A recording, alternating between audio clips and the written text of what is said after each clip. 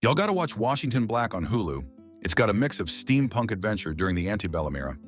It's 1837 in Halifax, a major port in the Underground Railroad for those escaping slavery. Jack Crawford wants to invent a machine that can fly.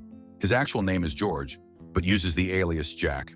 His landlord, Medwin, supports his ambition. George works at the dock, and that is when he first laid eyes on Tana Goff, who is clearly hiding something behind that Tyler Perry wig. You see, the Goffs left London, hoping that Halifax would offer a new beginning for them. Mr. Goff works with the RSL, or the Royal Science League, and dreams of winning the World Science Expo. He warns Tana that no one can know their secret. He says they left their home because people knew she's half black. Bitch, where? Goff insists that she must act like a child of England and ignore her other half. Miss Angie, the store owner, is George's friend. They are both waiting for his application from the RSL, and he also dreams of winning the World Science Expo. Meanwhile, Tana meets their benefactor, Mr. William McGee. She is surprised to learn that her father has already promised her to Mr. McGee. However, she doesn't want to marry white chocolate. But Mr. Goff explains that when people find out who she really is, finding a husband for her has proven difficult. To him, the rich man, Mr. McGee, was the perfect choice. At a juke joint one night, Medwin and Miss Angie flirt a little, but tells him off to make him chase her. Then drunk John approaches George. John looking like a washed-up Cuba Gooding Jr. Medwin tells John to leave. Then he mentions a man at the docks looking for a black man named George Washington Black. Upon hearing the name, George remembers his life in Barbados 8 years earlier. He was George Washington Black, or nicknamed Wash, and his guardian was a woman named Kit. They worked in a plantation owned by Erasmus Wild. Erasmus shows the body of a slave who killed himself to escape the crusty Erasmus. He reminds them that suicide is a sin because he owns them.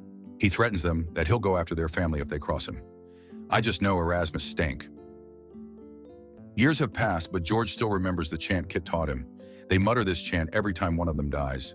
One day, Erasmus' brother arrives at the plantation. His name is Christopher Titch Wild. His tractor fascinated young George, and George caught Titch's attention when he exclaimed that the tractor is ran on steam. A staff member named Gaius promises to lecture the boy, but Titch wasn't bothered at all. Erasmus and Titch's relationship had always been shaky. Erasmus knew that Titch needed a place and funds to finish his machine, but he found it absurd that an abolitionist like Titch needed the help of slaves. George saw the difference between the two brothers almost immediately. Erasmus hit Kit in the face, and then Titch went to comfort her. This fugly, half-albino-looking Oz Erasmus needs to be erased. Kit doesn't like George working for Titch. Gaius explains that the boy could die in the plantation, but working for Titch could give him a chance to leave. Titch is a scientist working with the RSL. He tells George he no longer has to work on the plantation because he'd be working for him directly. Titch also found out that George had the talent for drawing. Another brother, big back Philip Wilde, arrives at the estate. He is just as cruel as Erasmus and immediately dislikes George simply because he's black. Their father sent Philip to an asylum, and he was mad that none of his brothers came to his rescue. Now he is jealous that Titch is developing the cloud cutter, a flying machine, and upset that Titch never asked Philip for his help. Doesn't Philip kind of look like the chubby J.D. Vance meme? Back to the present, George meets Tana again when he delivers some packages from the RSL. The attraction is already there. When Goff invites him into his office, George is fascinated by Goff's scientific displays. Back in Barbados, Philip shows up to see Titch's invention, the electrolyzer. He is pissed when he sees George, all dressed up. Titch warns everyone not to cross the blast area. However, when Philip's fat ass gets hungry, he orders George to get him some food, knowing full well the risk it involved. The boy walks into the dangerous area just as the machine malfunctions. The blast throws him flying. This Miss Piggy is going to get what's coming to him. Titch blames Philip for what happened. He said sending him to an asylum was the right decision. This hurts Philip. During George's recovery, Titch took care of him and also taught him how to read and write. Titch knew that George was a smart boy, but he was still surprised when George got a broken machine to work again. Titch revealed he picked him because he was the perfect weight to balance his balloon. Meanwhile, Tana remembers her time with her mother. The young Tana enjoyed the island life. When her mother died, Mr. Goff came to pick Tana up. As she gets out of the water, George arrives carrying his science experiment. They finally learn each other's names, and George now knows that Tana grew up in the Solomon Islands with her mother. Fun fact, the Solomon Islands is home to Melanesian people with dark skin and some with striking blonde hair. So I was wrong about her. George tries his project with Tana's help, and she's very much pleased to hear what he has to say. Before Tana leaves, George admits he wants to see her again. And I just know Tana's kitty is itching for more. Later, he tells Miss Angie about Tana. Then a slave hunter enters the shop carrying a poster of George Washington Black. There's a reward of $50 for whoever can find him. Why this Native American man siding with the whites? When the man asks George, George quickly changes his accent, gagging Miss Angie. Back in the past, Philip takes George out on a walk and aims the gun at him. Philip fires the gun, and George goes running to Titch. George said that Philip is dead. With his blood splattered on George, it looks as if George had something to do with Philip's death. Titch knew that Erasmus would punish them both, so they had to leave. George wanted to take Kit with them, but there was not enough space for her. Gaius sees them leaving, but he not a snitch. When Philip's dead body was found, the workers looked for George, knowing that he was last seen with Philip. But by the time they find George, they were already flying in the cloud cutter. Titch teaches him how to use the apparatus, and George is in awe as he sees dolphins for the first time. In the present, Mr. Goff says that Mr. McGee will come over to talk about wedding preparations. Tana ain't down with it. Then Angie is disappointed that Medwin knows George's real identity, but never told her. Medwin takes George into a room under a church to hide him from the bounty hunters. It was used before by runaways. Back in the past, it was an adventurous time for George, but they soon found themselves caught in a storm. They see a boat, so they head that way, but the strong winds make them lose control, and they crash onto a ship crewed by pirates. Suddenly, the cloud cutter is struck by lightning. Then Titch is accused of being a spy. He introduces himself as a scientist for the RSL. However, the first mate, Barrington, gets offended when Titch mistakes him for a slave, so Titch gets slapped and dragged away. Barrington treats George kindly because they not like us. When George worries about Titch, Barrington says to not worry about mayonnaise, just worry about himself first. When he finds out that the boy can draw, they pay him for his work. Then Titch is tasked to fix the ship's motor engine. When George sneaks in some Taco Bell for him, he warns the boy not to trust the pirates. Barrington caught them in the act, and he reveals that the ship was stolen from the Royal Navy. Titch now knows how it feels to be caged and imprisoned to work for free, how the turntables. Later, George asks Barrington to let Titch come to the deck for some fresh air, but Barrington changes the subject and comments on George's Dahomey necklace, which he got from Kit. Then Barrington tosses him overboard to force him to learn how to swim. Even though the boy nearly drowns, they all laugh. At the present time, Angie finds out that George likes Tana. She knows her because Tana buys spices from her shop since she's tired of her father's beans on toast. She's fully aware that Tana is half black, but Angie still warns George that he and Tana can't be together because Tana is being courted by Mr. McGee. But George doesn't let go, and he asks Angie to deliver a message to Tana. He wants to see her at Preston's Cove. Finally, Barrington lets Titch come up to the deck. Titch tells Theodora that they should sail to Virginia and sell their molasses. He said his family had an associate there, and the British Royal Navy wouldn't chase them there. Later, Captain Alvarez makes George draw them fake permits for their cargo. He tells Theodora that they would sail to Cuba. She is against this because they can't risk provoking the Spaniards. But she doesn't question the captain's orders either. It turns out that the captain is missing his woman's kitty cat, which is why he wants to return to Cuba.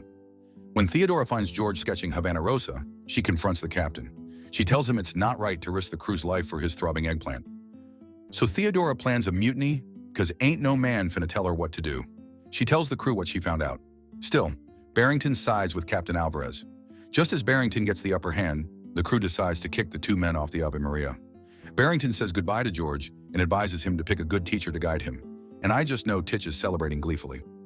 Meanwhile, Tana arrives at their meeting place. Her hair is giving Amish Pippi Longstocking, but our girl gotta blend in somehow. George tries to win her with sweet words and kind actions. He also adds that once his machine is done, he will fly to London and win the World Science Expo. Tana then shares that she dreams of being a composer. When it gets dark, Tana sees the bioluminescence under the water, which is George's surprise. It's so beautiful, y'all. The two have fallen for each other. Unfortunately, a watchman catches them and demands an explanation. So Tana lies and says that she is studying the bioluminescent jellyfish and that George is her boatman. George starts doubting if they can be together, having seen firsthand that the world will disagree. But Tana likes him already, and the two have their first kiss. And this was so romantic, y'all, I screamed.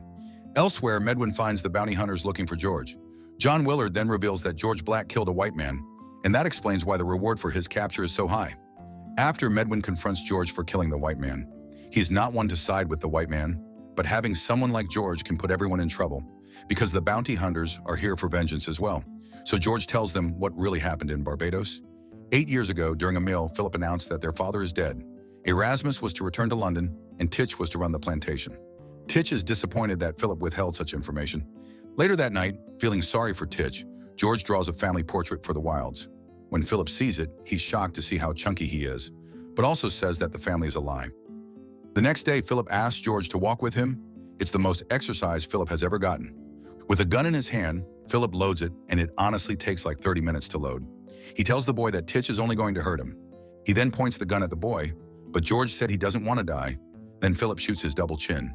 Angie comforts George, and Medwin promises he won't let the hunters take George away. Angie says that before Medwin helped runaways, it was John's work. George is surprised because he knows John is a drunkard. 9 years ago, John was like the mayor of the town when Medwin first stepped foot in Halifax. John helped him land a job and find a home. But a few years after, John's wife and daughter died while running away from slave hunters. He drowned himself in liquor. He let Medwin take his place in handling matters.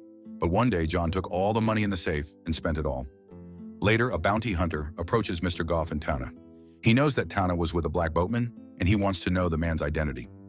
Worried about his daughter's reputation, Mr. Goff tells the hunters to leave them alone. The next day, Tana confesses she doesn't want to marry Mr. McGee. However, Mr. Goff insists that it's their only choice.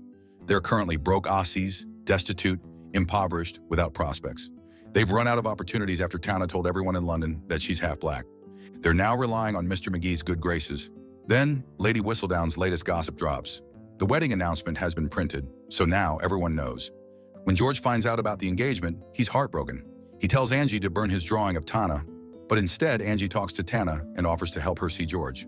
George reveals his real name and the reason bounty hunters are after him. But Tana isn't bothered at all since they've both been living double lives. She wants George and doesn't care what anyone thinks.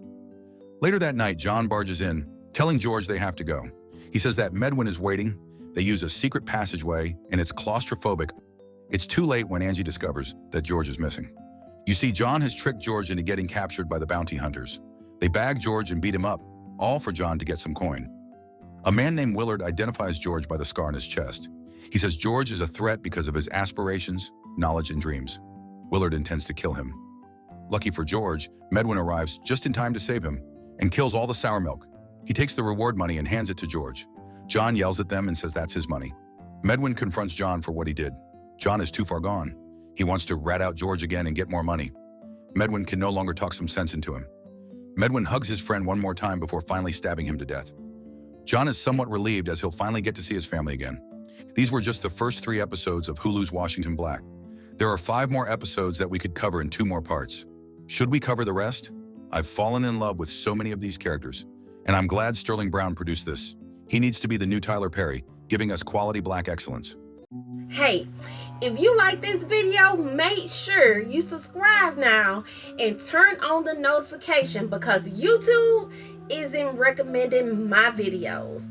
And if you like to watch more foolishness, click here or here.